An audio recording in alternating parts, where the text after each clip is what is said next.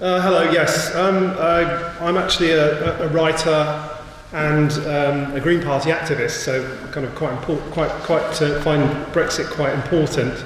But I'm here to talk about my life as a retailer, which started just over the road before we spread out across the country. But it's something I also campaign on. In 2017, the retail sector as a whole contributed 11% of total economic output, at £194 billion. It generates around 5% of GDP and employs about 4.6 million people. With 15.2% of total employment, it's the largest single industrial sector in the country.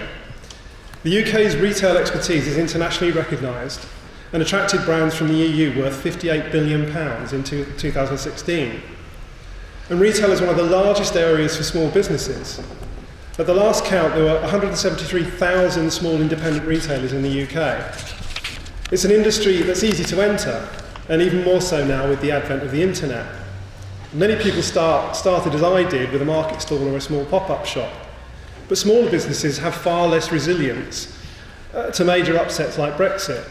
Taken individually, we might not see that as a big problem, but considering the large number of small businesses operating in this sector, we could have a large impact if they all go to the wall en masse. We're already seeing price increases due to the fall in the value of sterling. And as prices go up and real terms earnings potentially go down as a result of a post-Brexit economic decline, some stores will see reduced sales as people prioritise spending on other essentials. As one of the largest employers of unskilled labour, announcements this week that Theresa May will end free movement for such people are very worrying. Migrants aren't coming over here to take British jobs. They're doing the jobs that Brits mostly don't want to do. For example, in the early 2000s, we were expanding but struggling to find staff. When Poland and other Eastern European countries joined the EU, it was like somebody had waved a magic wand. Polish applicants showed up for interviews when lots of Brits didn't. They were articulate, friendly, punctual, and they enjoyed shop work. We were suddenly fishing in a much larger pool for staff, but that pool has been drying up since the referendum. And this government's renewed attack on freedom of movement risks draining it completely. Customs arrangements are also important for the retail sector due to cross-border sales or supply arrangements. If import tariffs do kick in, home producers may also take the opportunity of raising their own prices as the market value of their goods effectively goes up. Added to other financial pressures they already face, this could lead to the end of some smaller retailers. Many companies rely on just-in-time supply chain models, and retailers are no different. Large supermarkets don't build much back-office space into their storage capacity as they maximise floor space for selling space. With many goods and ingredients coming from abroad, customs delays could mean empty shelves. This isn't just an inconvenience for consumers, it represents lost revenue to stores. Meanwhile, landlords will still want their rent paid, and business rates, wages and other overheads will still be due.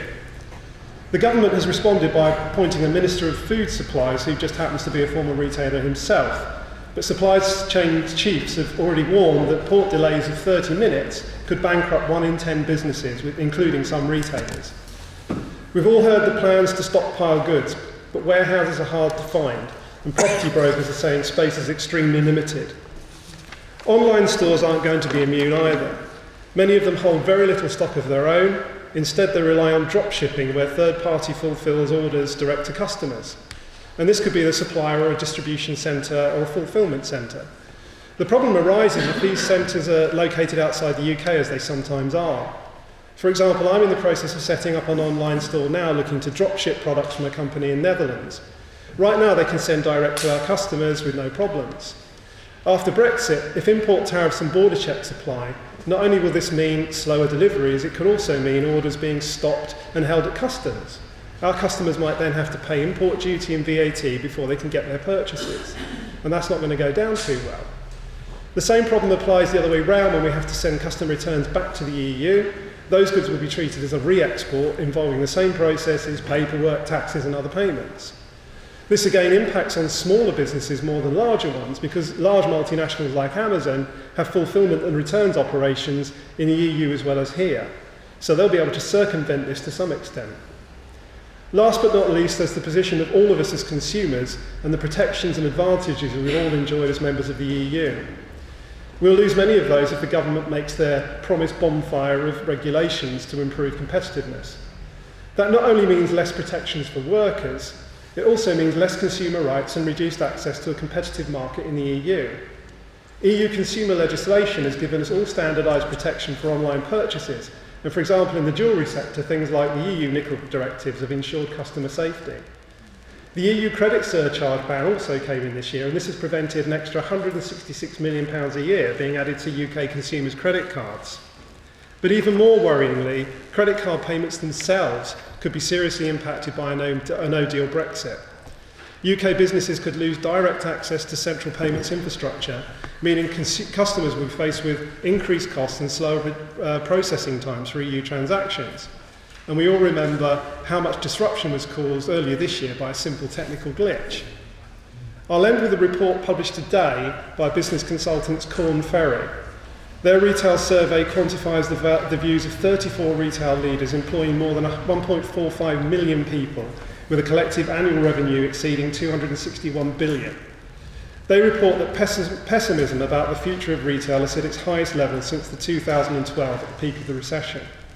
Over 90% of those interviewed expressed uncertainty about what Brexit would mean for their business, while a further 80% said they were not prepared for it. Most believe consumer confidence would be adversely affected by the UK's departure from the EU, but they did end on a note of optimism, as many still expected their businesses to grow post-Brexit. I still think they're sticking their heads in the sand. Which is why I'm fighting for an end to this collective madness and calling for a second vote to end the uncertainty and the damage that this self-destructive, self-defeating Brexit obsession has already done to this country.